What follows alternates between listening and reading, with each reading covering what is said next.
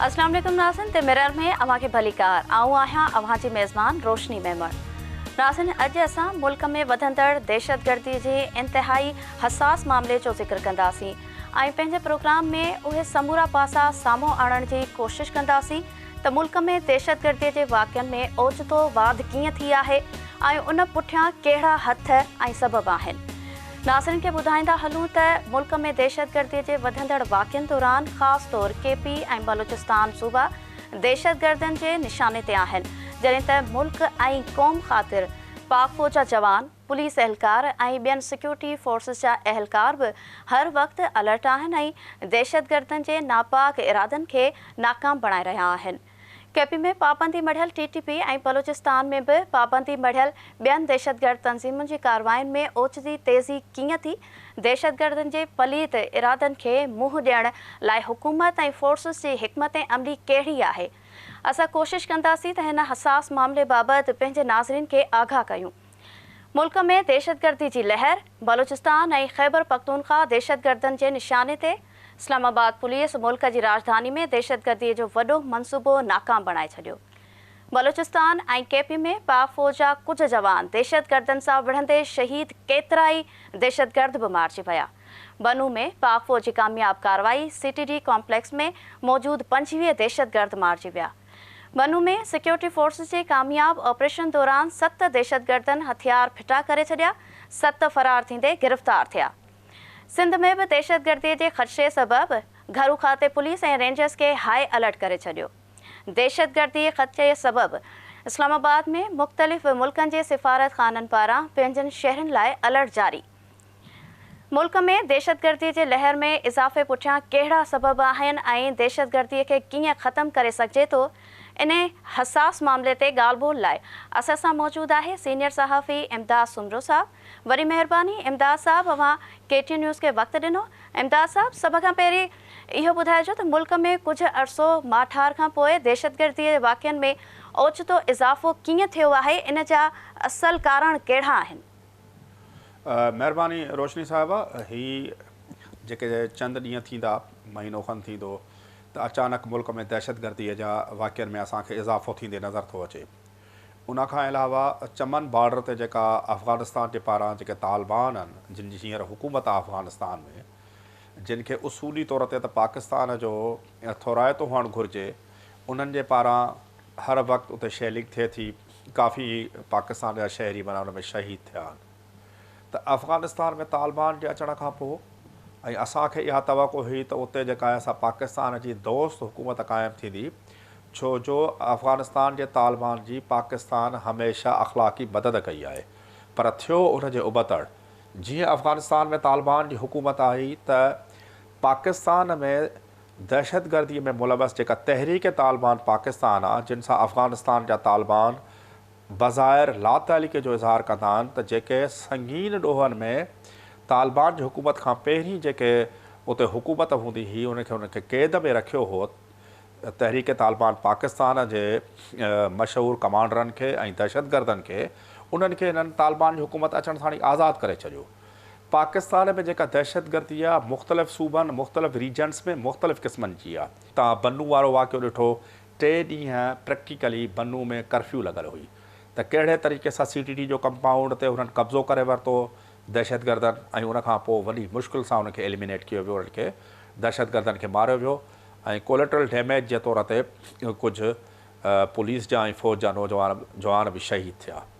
उनखां अलावा बलूचिस्तान में जेका दहशतगर्दी आहे, उन 2-3 रुख़ आहिनि। हिकिड़ी नस्ली दहशतगर्दी आहे बलूचिस्तान में, ऐं उनखां अलावा कोयटा शहर में आहे, उहा फ़िरक़े वाराना दहशतगर्दी आहे, जिन जो हज़ारा कम्यूनिटी निशानो बणिजंदी आहे। ऐं उनखां अलावा उते 2-3 तंज़ीमूं आहिनि जेके क़ौम परस्ती जे नाले में सरगर्म आहिनि, जंहिंमें बलोच रिपब्लिकन आर्मी BRA ऐं बलोच लिबरेशन आर्मी BLA जे नाले सां मशहूरु आहे। ऐं उनखां अलावा बलोच जेका क़ौम परस्तीअ जे नज़रिए खे जे बुनियाद ते जेके दहशतगर्द तंज़ीमूं आहिनि, उन्हनि जो हिकिड़ो इतिहादु आहे, उनखे गॾियल तौर ते ब्रास चयो थो वञे, त उहे दहशतगर्दीअ में मुलविस आहिनि।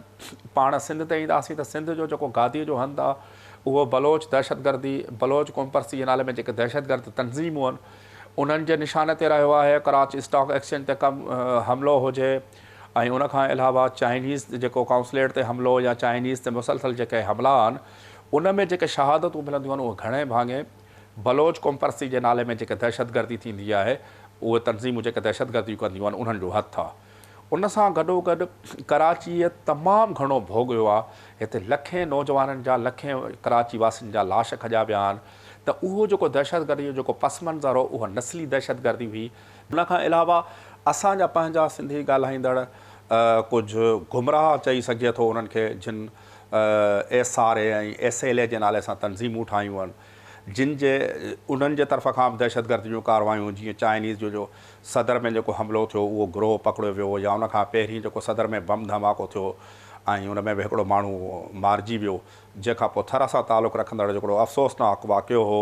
उहे नौजवान कीअं इस्तेमालु थिया उहा जेका कन्वर्सेशन साम्हूं आई हिकिड़े ग़रीब घराणे सां तालुक़ु रखंदड़ माण्हुनि खे हिकिड़ा ॿाहिरियनि एजेंटनि जेके सिंधी ॻाल्हाईंदड़ हुआ उन्हनि खे इस्तेमालु करे बम धमाको करायो ऐं उनखां पोइ उहे अॻिते हली CTD सां मुक़ाबले में मारिजी विया।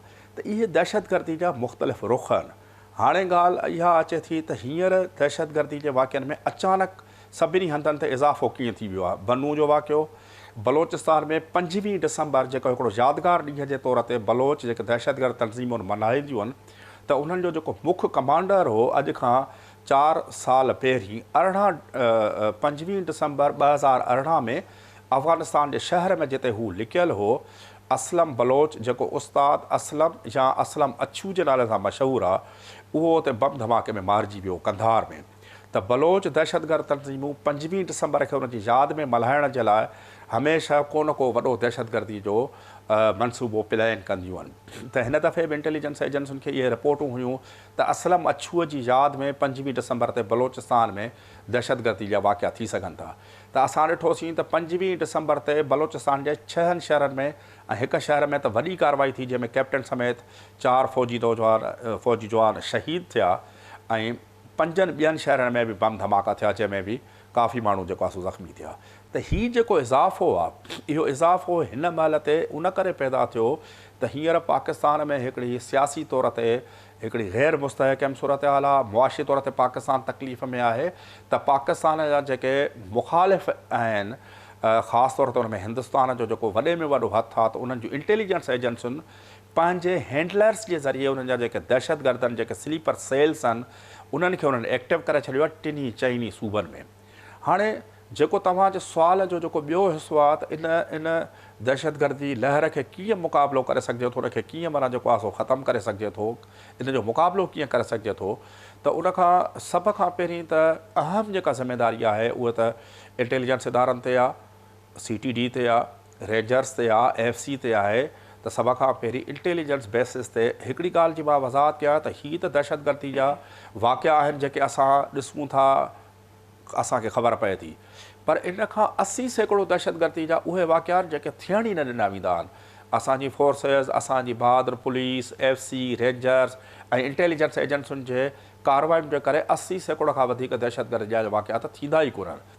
जंहिं शिदत सां दुश्मन दहशतगर्दनि खे एक्टिव करे हमिलो थो करे त हिते असांखे तमामु घणा वाक़िआ नज़र अचनि पर पुलिस जे इंटेलिजेंस एजेंसियुनि जे रेंजर्स जे FC जे इन्हनि जे किरदार जे करे मुअसर किरदार जे करे इन्हनि जी क़ुर्बानीुनि जे करे 80% वाक़िआ थियण खां अॻु में ई ख़तमु थींदा था नज़र अचनि। इन में वॾे में वॾी जेका ज़िमेदारी आहे उहा अवाम ते बि आहे त किथे बि का बि अहिड़ी मशकूक सरगर्मी ॾिसे त हू फौरी तौर ते पुलिस खे या रेंजर्स खे या कानून लागू कंदड़ इदारनि खे पंहिंजो इतलाह ॾिए। ईअं न आहे त अवाम हथियार खणी दहशतगर्दनि सां मुक़ाबिलो करे पर अवाम इहो करे सघे थो त किथे बि हुनखे अनयूज़ुअल का सरगर्मी नज़र अचे या अहिड़ी का शइ नज़र अचे त हू ॿुधाइनि। हाणे ताज़ो ई सिंध होम डिपार्टमेंट रेंजर्स खे ऐं पुलिस खे इहो ॿुधायो आहे त हुननि खे इंटेलिजेंस एजेंसियुनि जी इंफॉर्मेशन मां इहा ख़बर पई आहे त सिंध जा 2 अहम शहर गादियो हंधि कराची ॿियो वॾे में वॾो शहर हैदराबाद ऐं टियों वॾे में वॾो शहर सखर इहे 2 शहर दहशतगर्दी जे निशाने ते आहिनि। उन्हनि माण्हुनि जा नाला हिकिड़ो बरमदाग बुगटी जो सालो ॿुधायो थो वञे उनजो नालो ॿुधायो वियो आहे त ख़त में उहो कराची यूनिवर्सिटी जो स्टूडेंट आहे। उन सां अलावा खैरपुर सां तालुक़ु रखंदड़ जेको ॿुधायो थो वञे त को चांडियो साहिबु आहे उहो बि दहशतगर्दी जे कार्रवाई में आहिनि ऐं इन लेटर में इहो बि ॿुधायो वञे पियो त हुन बारूदी मवाद बि पंहिंजे दहशतगर्दनि खे विराए छॾियो आहे हथियार बि विराए छॾिया आहिनि। त इन्हनि 3 शहरनि में दहशतगर्दीअ जे वॾे जे कंहिं कार्रवाई जो इम्कान आहे उन खां बचण जे लाइ उपाउ खयां वञनि। त हाणे पुलिस ते इंटेलिजेंस एजेंसियुनि ते ऐं रेंजर्स ते इहा ज़िमेदारी थी थिए तूं को बि दहशतगर्दी जो वाक़ियो थियण खां अॻु में ई उनखे माना ख़तमु कनि। ॿी जेका अहम ॻाल्हि आहे त पाकिस्तान जो गादी जो शहर इस्लामाबाद उन में हींअर सिक्योरिटी हाई अलर्ट आहे ऐं जेके बि ग़ैर मुल्की उते रहनि था उन्हनि खे पंहिंजे सिफ़ारतखाननि इहो मना कयो आहे त ग़ैर ज़रूरी तौर ते पंहिंजे सिफ़ारतखाननि मां महफ़ूज़ जॻहियुनि मां न ॿाहिरि निकिरनि, ग़ैर ज़रूरी तौर ते सफ़र न कनि। मजमूई तौर ते पाकिस्तान हींअर दहशतगर्दी हमलनि जे निशाने ते आहे ऐं उनखे ख़तमु करण जो तरीक़ो इहो आहे त अवाम विजिलेंट रहे, अवाम होशियारु रहे, अवाम खे का अनयूजुअल का शइ नज़र अचे त उहो बिल्कुलु इदारनि खे मुताले करे ऐं इदारा पंहिंजो सरगर्मीअ सां ऐं होशियारी सां पंहिंजो किरदारु अदा कनि। जी ठीकु आहे। इमदाद साहब, जीअं अव्हां ज़िक्र कयो त केपी ऐं बलूचिस्तान दहशतगर्दनि जे निशाने ते आहिनि, पर इन सां गॾोगॾु असांजे नाज़रीन खे इहो बि ॿुधाइजो त दहशतगर्दनि जे नापाक इरादनि खे नाकाम बणाइण लाइ हुकूमत ऐं फोर्सिस जी हिकमत अमली कहिड़ी आहे? रोशनी साहिबा, सभ खां पहिरीं त असांखे पंहिंजूं जेके सियासी तरजीहात आहिनि उन्हनि खे बहितर करणु घुरिजे। तव्हां हिन कराची शहर में रहो था, सिंध जो गादी बि हूंदा, असांजो दारुल ख़िलाफ़ आहे त कराची हैदराबाद में जेका सवेर मां ज़िक्र कयो त MQM जे नाले सां असांखे 92 खां वठी 2000 ताईं 8 साल इहो असांखे सियासी तौर ते असांखे इहो ॿुधायो वियो, रियासत इहो असांखे ॿुधायो त MQM जो हिकिड़ो हिसो दहशतगर्द कार्रवाइनि में मुलविस आहे, उन्हनि जी दहशतगर्द विंग आहे जिन हज़ारे माण्हू क़तल कया, उन्हनि जो इंडिया जी ॻुझी एजेंसी राह सां तालुक़ु आहे, उन्हनि जो साउथ अफ्रीका नेटवर्क आहे। ग़लतियूं थियूं आहिनि, उन्हनि ग़लतियुनि खे नज़र में रखी अहिड़ी पॉलिसी बनाइणु घुरिजे जो सुभाणे हिकिड़ो माण्हू डिक्लेयर्ड दहशतगर्द हुजे पर सियासी मफ़ादनि जे करे उनखे वरी अछो उजरो करे अवाम जे मथां मुसलत न कयो वञे। त जेसिताईं रियासत पंहिंजी पॉलिसी वाज़े न कंदी ऐं रियासत मेरिट ते पंहिंजी पॉलिसी न बनाईंदी तेसिताईं दहशतगर्दनि खे ईअं हौसला अफ़ज़ाई थींदी रहंदी ऐं उहा दहशतगर्दी कॾहिं बि ख़तमु न थींदी। त कॾहिं बि जेको डिक्लेयर्ड दहशतगर्द हुजे त ॾोहारीअ खे दहशतगर्द जे तौर ते ट्रीट कयो वञे। कंहिं बि सियासी मफ़ाद आर्ज़ी मफ़ाद जे करे उन दहशतगर्द खे अछो उजरो कयो वेंदो त उनजा नतीजा इहे ई निकिरंदा जो अॼु हिन वार ऑन टेरर जेका असां शुरू कईसीं आलमी प्रेशर ते, त असांखे 80,000 खां 1 लख मासूम माण्हुनि जूं लाश खणणा पिया, त असांजूं जेकॾहिं इहे फिरंदड़ किरंदड़ रियासत जूं पॉलिसियूं रहियूं त असांखे वधीक पंहिंजे माना माण्हुनि जा लाश खणणा पवंदा। त दहशतगर्दीअ खां निजात ॾियण जो मेन जेको आहे रीज़न आहे, मेन जेको क़दम आहे उहो इहो हुअणु घुरिजे त सियासी विल हुअणु घुरिजे। दहशतगर्द कहिड़े बि नारे में हुजे, मज़हबी नारे में हुजे, नस्ली बुनियादनि ते हुजे या हू क़ौमपरस्तीअ जे मुक़दस नाले खे इस्तेमालु कंदो हुजे, दहशतगर्द खे दहशतगर्द जे तौर ते ट्रीट करणु घुरिजे। ऐं कंहिं बि सियासी फ़ाइदे जे करे कंहिं बि हुकूमत खे या कंहिं रियासती इदारे खे इहो हक़ु न हुअणु घुरिजे त उन दहशतगर्द खे अछो उजरो करे वरी उनखे अवाम जे मथां मुसलत कजे।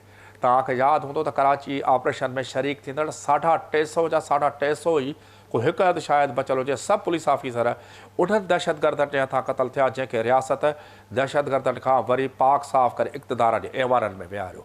त सुभाणे जॾहिं संजीदगीअ सां उन्हनि दहशतगर्दनि जे ख़िलाफ़ु ऑपरेशन थींदो त को बि पुलिस ऑफिसर, को बि रेंजर्स ऑफिशियल, को बि FC वारो या को बि इंटेलिजेंस इदारे जो ऑफिसर उन्हनि दहशतगर्दनि जे ख़िलाफ़ु क़दम खणण खां पहिरीं 100 दफ़ा सोचींदो।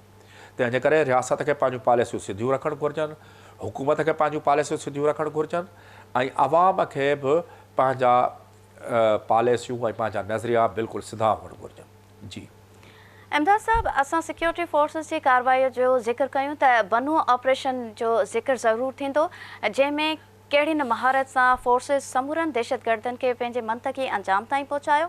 अव्हांखे छा थो लॻे त फोर्सिस जी अहिड़ी कामयाब कार्रवाई दहशतगर्दीअ जी रोकथाम में केतिरी लाभाइती साबित थींदी? बनू वारो वाक़ियो त तमामु ज़बरदस्त हो, तमामु ज़बरदस्त उनखे रेज़िस्टेंस सां असांजे फोर्सिस उनो न सिर्फ़ु CTD कंपाउंड तां कब्ज़ो ख़तमु करायो, समूरनि दहशतगर्दनि खे मारे छॾियो, उन्हनि खे जहन्नम रसीद कयो, पंहिंजे मंतक़ी अंजाम ते पहुचायो।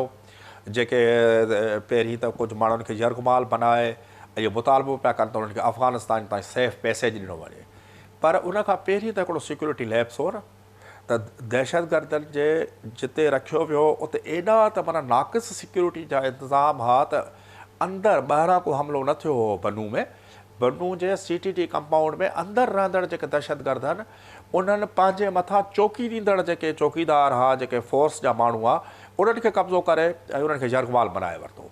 त इहो हिकिड़ो वॾो सिक्योरिटी लैब्स आहे। त रियासती इदारनि खे सिक्योरिटी इदारनि खे पंहिंजा जेके लैब्सिस आहिनि पंहिंजूं जेके कमियूं पेशियूं आहिनि जेके पंहिंजूं कोताहियूं आहिनि उन्हनि खे नज़र में रखणु घुरिजे।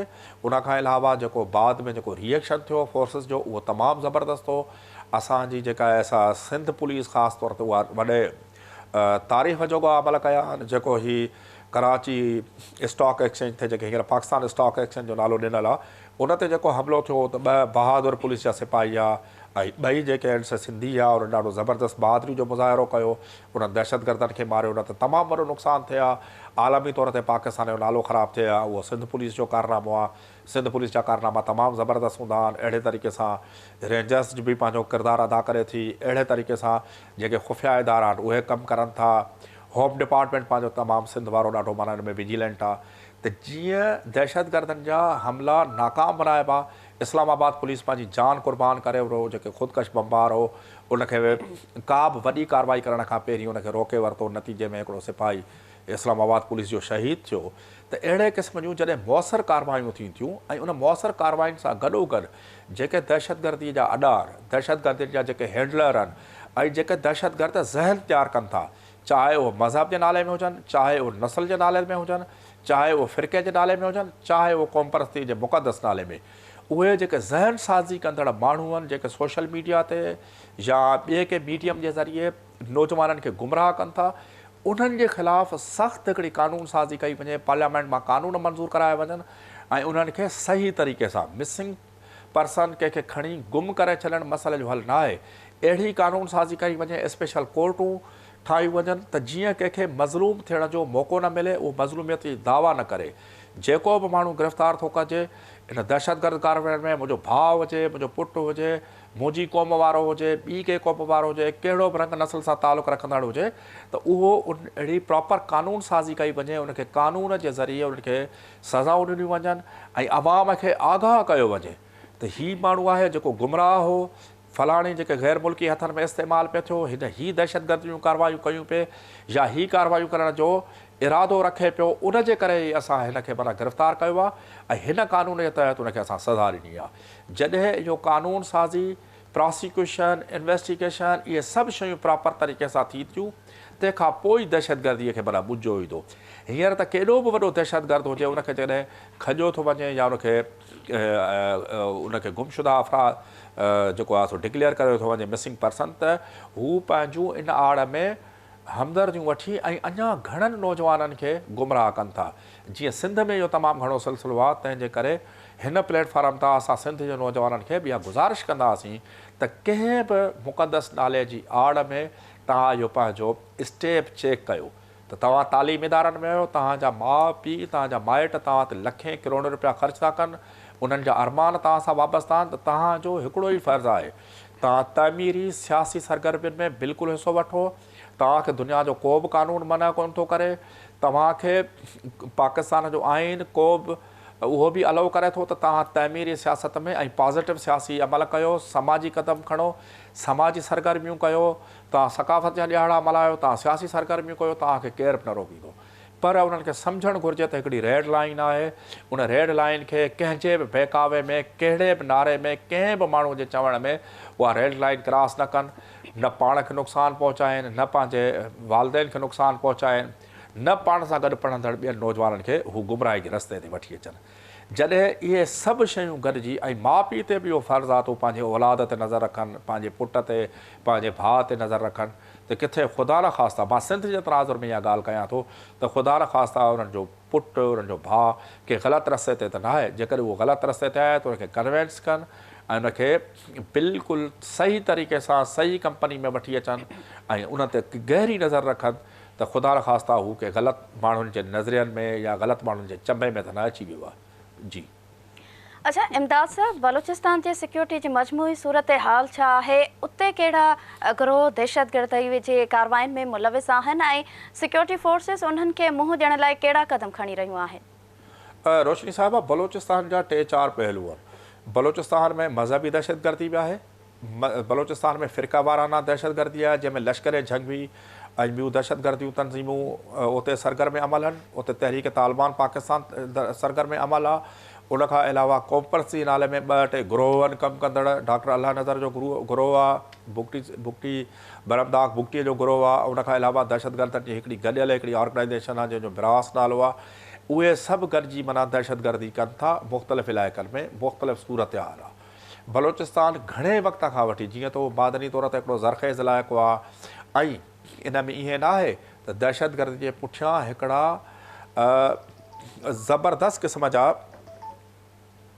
हिकिड़ा दलील बि आहिनि। बलोचिस्तान खे उन जा जाइज़ क़ानूनी हक़ न ॾिना विया आहिनि। बलोच नौजवाननि खे उन्हनि जो जाइज़ नौकरियुनि खां वठी करे ॿिया जेके बि ज़िंदगी जा शोबा आहिनि उन्हनि खे उन्हनि जो हक़ ग़ज़ब कयो वियो आहे। जहिड़े तरीक़े सां सिंध जे नौजवाननि जो हक़ ग़ज़ब कयो वियो आहे। ऐं इन्हनि ॻाल्हियुनि जे करे ई नौजवान जेके आहिनि सिंध जा नौजवान ऐं बलोचिस्तान जा नौजवान गुमराह थी दहशतगर्दनि जे चमे में था अचनि। त रियासत खे उन्हनि नौजवाननि जो जेको जाइज़ हक़ आहे उहो तस्लीम करिणो पवंदो। सिंध जे माण्हुनि जो, बलोचिस्तान जे माण्हुनि जा जेके जाइज़ हक़ आहिनि, जेके कॉन्स्टिट्यूशन ऑफ पाकिस्तान में, आइन पाकिस्तान में गारंटेड आहिनि, उहे उन्हनि खे ॾियणा पवंदा। त जीअं को बि ॿाहिरियों माण्हू, को बि ॿाहिरियों एजेंट उन्हनि नौजवाननि खे, उतां जे माण्हुनि खे, उतां जे अवाम खे इस्तेमालु न करे सघे। तंहिंजे करे बलोचिस्तान जे लाइ ऐं सिंध जे नौजवाननि लाइ रियासत खे, वफ़ाक़ी हुकूमत खे हिकिड़ो स्पेशल पैकेज ॾियणो पवंदो। त बलोचिस्तान घणे वक़्त खां वठी ॿाहिरे मुल्क जे एजेंसियुनि जे टारगेट ते रहियो आहे।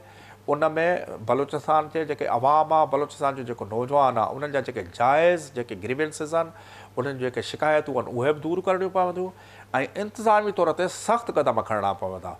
तॾहिं ई बलोचिस्तान मां दहशतगर्दी जी पाड़ पटिजी सघे थी। तॾहिं ई सिंध मां दहशतगर्दी जी पाड़ पटिजी सघे थी। तॾहिं ई जॾहिं हितां जे नौजवाननि खे, बलोचिस्तान जे नौजवान खे, सिंध जे नौजवाननि खे उन्हनि जो जाइज़ हक़ मिलंदो, तॾहिं उहा जेका दहशतगर्दनि जी नर्सरी आहे उनखे पाणी ऐं हवा न मिली सघंदी ऐं हिते सूरत हाल नॉर्मल थींदी। जेसीं ताईं तालुक़ु आहे KPK जो, ख़ैबर पख्तूनख्वा जो, त उते जी दहशतगर्दीअ जो रुख़ थोरो ॿियो आहे। उते उहो मज़हबी जेको दहशतगर्दी जो जिन आहे, जंहिंखे वॾी मुश्किल सां बोतल में बंदि कयो वियो आहे, उहो जॾहिं बोतल खां निकिरी आयो आहे त उन्हनि दहशतगर्दनि खे दहशतगर्द जे तौर ते माना उनखे ट्रीट करिणो पवंदो। उतां जे उलमा खे पंहिंजो किरदारु अदा करिणो पवंदो त ताकी हू वाज़े कनि त हीअ इस्लामी नालो इस्तेमालु करण वारा इहे इस्लाम जा मुजाहिद न, पर हीअ दहशतगर्द आहिनि।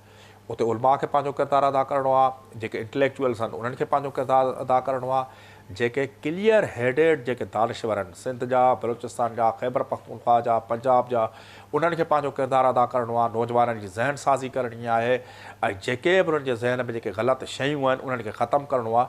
त हीअ हिकिड़ी कलेक्टिव ज़िमेदारी आहे। सिर्फ़ु पुलिस, रेंजर्स, इंटेलिजेंस एजेंसियूं न, पर आवाम, पढ़ियल लिखियल तबिको, मीडिया पर्सन, सहाफ़ी, दानिश्वर, राइटर, शाइर, असां सभिनी जी ज़िमेदारी आहे। ऐं उन मां जेकॾहिं हिकिड़ो सेक्शन बि पंहिंजी ज़िमेदारी सही तरीक़े सां अदा न कंदो त इहो जेको मक़सदु आहे इहो हासिलु न थी सघंदो। ऐं असांजे वतन जो, असांजे सिंध वतन जो, असांजे बलोचिस्तान वतन जो ऐं मजमूई तौर ते पूरे पाकिस्तान जो जेको जिस्म आहे, जेको दहशतगर्दी जे करे लहू लहा आहे, त इहो लहू लहा ई रहंदो ऐं इन मां इहो जेको आहे सो रत इहो मासूमनि जो वहंदो ई रहंदो। जी। अच्छा इमदाद साहब, अव्हांखे छा थो लॻे त माफ़ कजो, इमदाद साहब अव्हांखे छा थो लॻे त मुल्क में सिक्योरिटी जी सूरत हाल खे वधीक बहितर बणाइण लाइ वफ़ाक़ी हुकूमत तोड़े सूबाई हुकूमतुनि खे कहिड़ा असराइता क़दम खणणु घुरिजनि? जी, मां पहिरीं बि अर्ज़ु कयो त सिंध जी सूबाई हुकूमत हुजे, बलोचिस्तान जी सूबाई हुकूमत हुजे, उन्हनि खे उतां जे अवाम जा, जीअं हींअर बलोचिस्तान में हक़ दो तहरीक हली पए त उनखे ताक़त जे ज़ोर ते उन्हनि ख़तमु करे छॾियो। पर उनखे ताक़त जे ज़रिए न, पर उन जा मुज़ाकरात करे उन्हनि खे ॿुधायो वञे हा उन्हनि जा जेके जाइज़ हक़ आहिनि, उन हक़ दो तहरीक हुजे, बलोचिस्तान जो जेको क़ौम परस्त हुजनि उहे, उन्हनि जा जेके जाइज़ हक़ आहिनि उन्हनि खे जाइज़ हक़ मिलणु घुरिजनि। ऐं सिंध जा क़ौम परस्त आहिनि, सिंध जो आम माण्हू आहे, सिंध जो आम नौजवान आहे, उनखे उनजा हक़ मिलणु घुरिजनि।